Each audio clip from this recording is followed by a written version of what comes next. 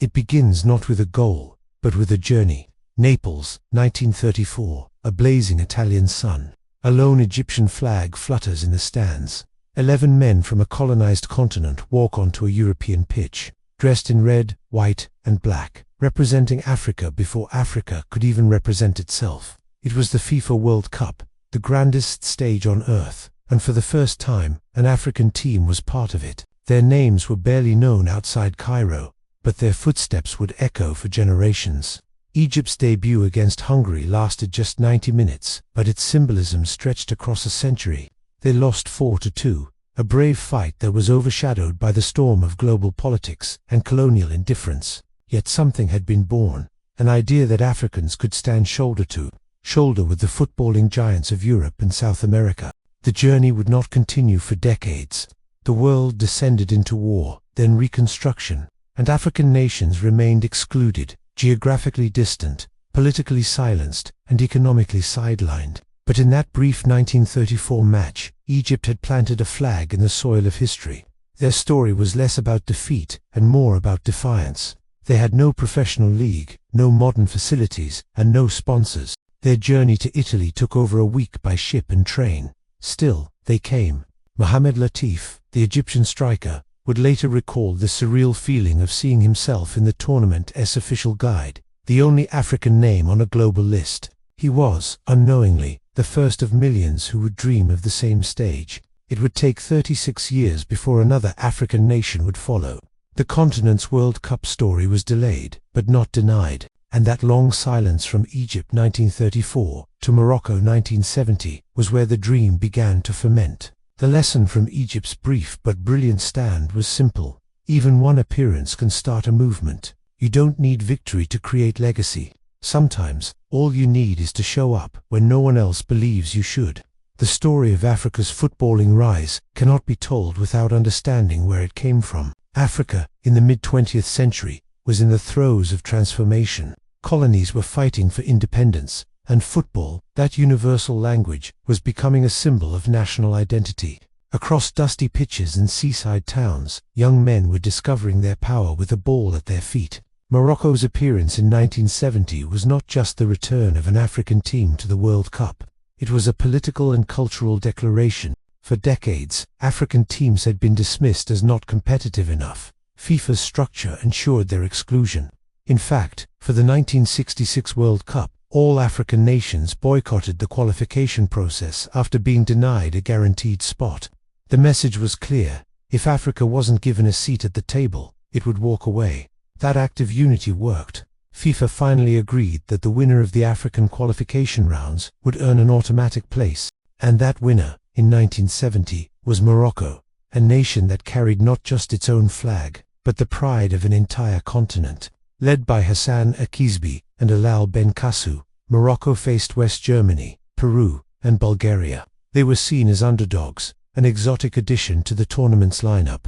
But what unfolded shocked their critics. After losing narrowly to West Germany and Peru, Morocco held Bulgaria to a 1-1 draw, the first World Cup point ever earned by an African nation. For the Moroccan players, it felt like a victory. For the continent, it was validation. The lesson was now larger than sport, that African football, despite isolation and limited resources, could compete at the world's highest level. The draw with Bulgaria resonated far beyond the stadium in Lyon. It inspired a new generation across the continent in Lagos, Dakar, Tunis, and Kinshasa to believe that qualification wasn't a miracle. It was a mission. That early Moroccan squad didn't win a match, but they won something far greater: respect. They had broken through FIFA's invisible wall, announcing that Africa would never again be absent. And so the continent began to march, country by country, decade by decade, toward its destiny. But the road to greatness is never a straight line. The 1970s were a turbulent decade, both politically and in football. Nations were reshaping themselves, and football became the loudest expression of identity. Zaire as qualification for the 1974 World Cup, the first for a sub-Saharan African team, was seen as a continental triumph. The team, known as the Leopards, arrived in West Germany draped in optimism. But what followed became one of the most misunderstood chapters in World Cup history. Zaire's team was dominated by players from the legendary club TP Mazembe, who had twice won the African Champions Cup. Yet behind the scenes, the squad was entangled in the chaos of Mobutu Sese Seko's dictatorship. Promised bonuses never arrived, political threats loomed over them, and players were caught between national pride and personal fear. Their defeats, including a 9-0 loss to Yugoslavia, were not simply footballing failures. They were the tragic product of politics poisoning sport. When Zaire faced Brazil, the world watched in confusion as a defender sprinted from the wall to clear a free kick before it was taken. A gesture many laughed at, but few understood. In truth, it was an act of defiance and desperation, a player trying to resist humiliation under unbearable pressure. Zaire returned home in silence, their players punished, their reputation misunderstood. Yet even in that darkness, lessons emerged. Africa learned that representation without protection is not enough, that its footballing institutions needed independence, professionalism, and unity. The redemption would come swiftly. 4 years later, Tunisia's 1978 team changed the narrative. Against Mexico, they produced a historic 3-1 victory, Africa's first ever World Cup win. The goals came from unexpected heroes: Ali Kabi, Najib Gomid, Mokhtar Douib. The world saw the scoreline and gasped. For Africa, it was vindication. For Tunisia, it was liberation. And for future generations, it was a sign that winning was possible. The Carthage Eagles had soared, not just for their nation, but for every African boy who had watched football through static-filled radios. Their triumph wasn't a fluke. Tunisia played with tactical intelligence, swift passing, and fearless spirit. They had learned from the mistakes of those before them. Where Zaire had been unprepared and isolated, Tunisia were organized and united. The 1978 victory carried a powerful lesson that Africa's footballing growth was not just emotional, but technical. It wasn't about raw talent alone. It was about structure, preparation, and belief. The 1980s would soon prove that those ingredients, once perfected, could shake the very core of world football. Because Africa was no longer content to participate, it was ready to compete. The winds of change were gathering in Algiers, Yaoundé, and Lagos, and by the next decade, they would burst onto the world stage with an explosion of color, dance, and defiance. Africa's World Cup odyssey had begun as a whisper in Naples. By the dawn of the 1980s, it was becoming a roar. In 1982, Africa's footballing defiance took form in Algeria.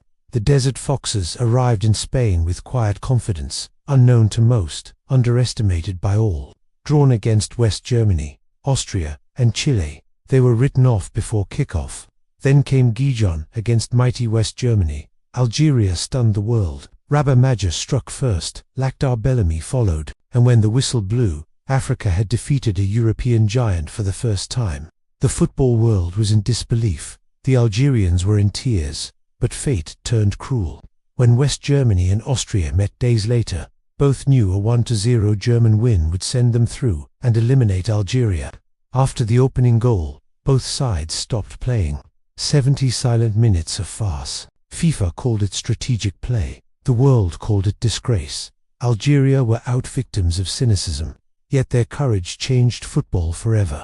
From that day, FIFA decreed that final group matches must be played simultaneously. Algeria had forced reform through injustice. Their message clear: Africa would no longer accept condescension. 8 years later, that defiance evolved into joy. Italy 1990. Cameroon arrived without expectation. Led by a 38-year-old veteran named Roger Mila, coaxed out of retirement. Their first match, against reigning champions Argentina. Their power and passion lit up the world. Cameroon advanced to the quarterfinals, the first African team ever to do so, defeating Colombia along the way.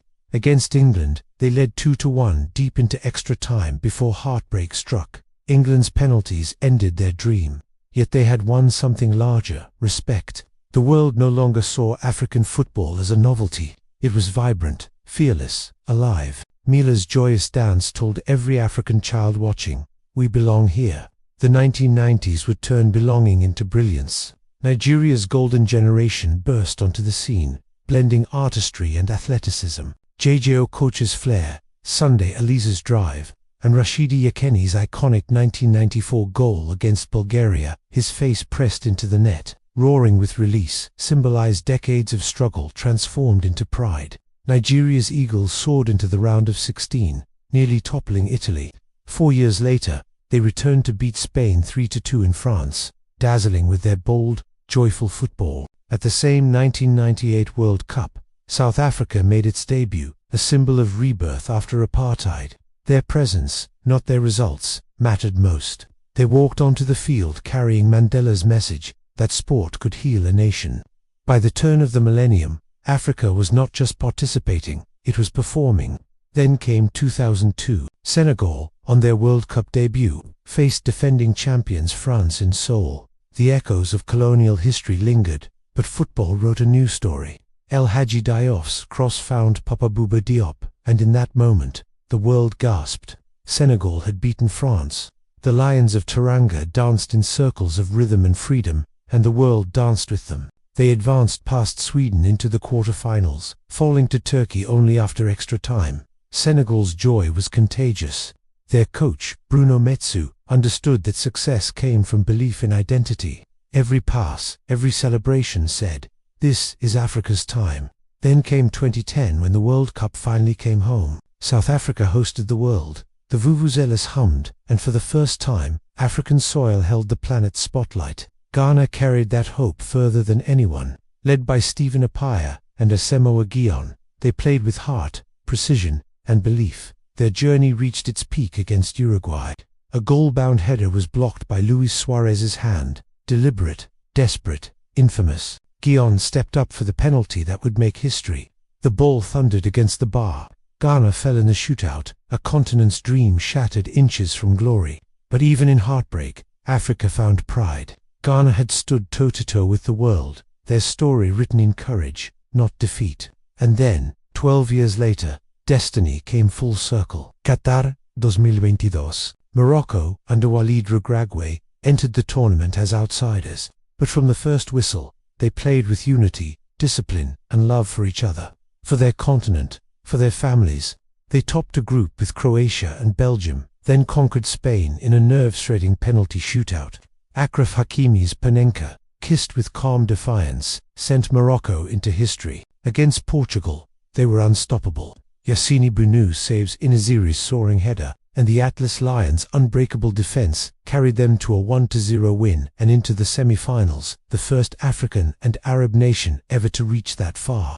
Morocco's run transcended sport. In stadiums and streets, in markets and mosques, millions across Africa and the Arab world celebrated as one. The Atlas Lions became the heartbeat of two continents. They fell to France, but they had already won the world's respect. From Egypt's brave beginnings to Morocco's modern miracle, the circle was complete. The lesson of Morocco 2022 was the same truth whispered through every generation. Africa's football is not a story of catching up, it's a story of creation, of identity, of unstoppable belief. Nearly a century after Egypt's 1934 debut, Africa's World Cup odyssey stands as one of sport's greatest sagas, a testament to endurance, pride, and the power of dreams that refuse to die. From Latif's lonely voyage to Miller's dance, from Yekini's roar to Hakimi's Panenka, every chapter carries the same heartbeat, that football, at its purest, is the language of hope. Which African World Cup moment still gives you chills? Egypt's first step, Cameroon's dance, Ghana's heartbreak, or Morocco's miracle? Let us know in the comments, and if you love stories like this one, don't forget to subscribe for more journeys through the beautiful game.